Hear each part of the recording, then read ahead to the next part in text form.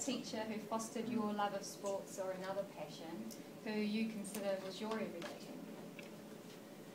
Oh, I think I guess the teacher that I remember most was Mrs. G and Mrs. Gardner. She was at Andersons Bay Primary School in Dunedin, and she was, I guess, I moved to that school when I was about 10, and my writing skills were not that fantastic, and she, really took me. I was definitely a little bit behind in that area, and she took me under her wing, and she really improved me. And I remember one day she told me that I could go and get a sticker from her special book because I'd done this amazing story.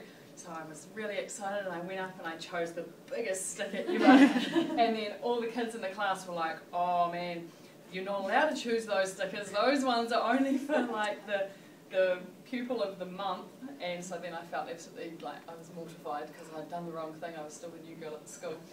But I was just so proud of my story, and yeah, Mrs. G still keeps in touch today. She still emails me and tells me what she's up to, and I've often bumped into her in town, and we always have a good yarn. Just one more. What advice would you give children and young people who have a dream or passion that they want to pursue?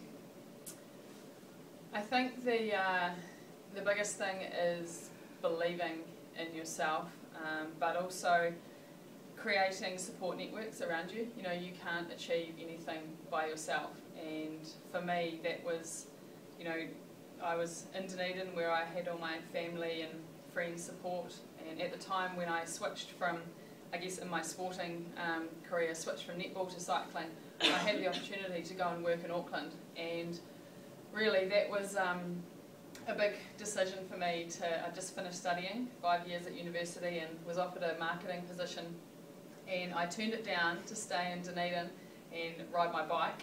And to be able to go and tell my dad that was a bit of a challenge. I was like, I've just finished 5 years of university study, Dad, and I'm going to go ride a bike. But that was a big decision for me, and I stayed in Dunedin where I knew I had the support of the academy system, and my now fiance Craig, who basically has coached me all the way through, and he was a real instigator in getting me into cycling.